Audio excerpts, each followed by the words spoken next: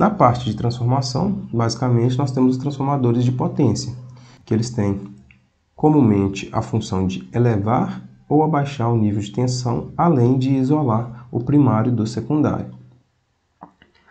Então, os transformadores eles fazem a adequação do nível de tensão e a conexão entre a geração e a transmissão e entre a transmissão e a distribuição.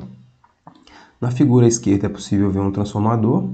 Aqui nós temos as buchas do primário. O secundário não é possível visualizar porque ele sai um secundário com barramento blindado, que sai aqui na parte de trás desse transformador. Antes de cada uma das buchas nós temos os para-raios.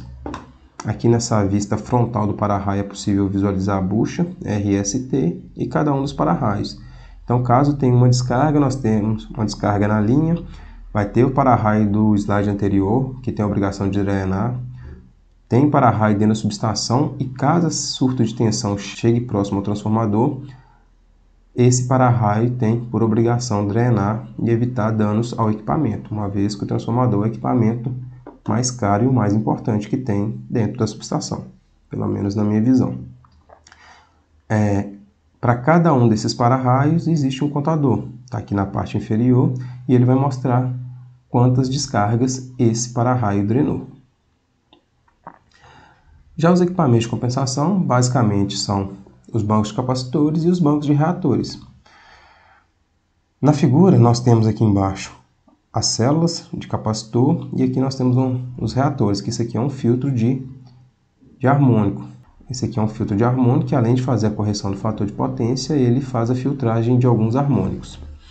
Então, os bancos, basicamente, eles são utilizados para fazer a compensação do fator de potência, o controle de potência ou de energia reativa presente na rede, a regulação do nível de tensão em média e alta tensão e a filtragem de componentes harmônicos no sistema.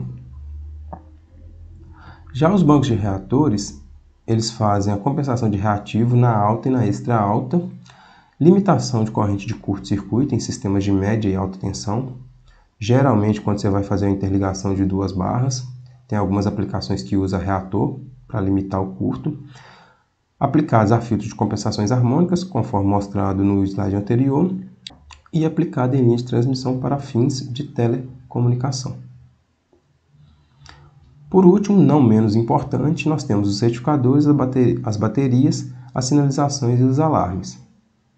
O retificador é um equipamento que vai estar dentro da subestação e ele tem por função receber um valor alternado e transformar em valor contínuo. Então, considerando o barramento de 13.8, nós vamos ter um transformador de serviços auxiliares.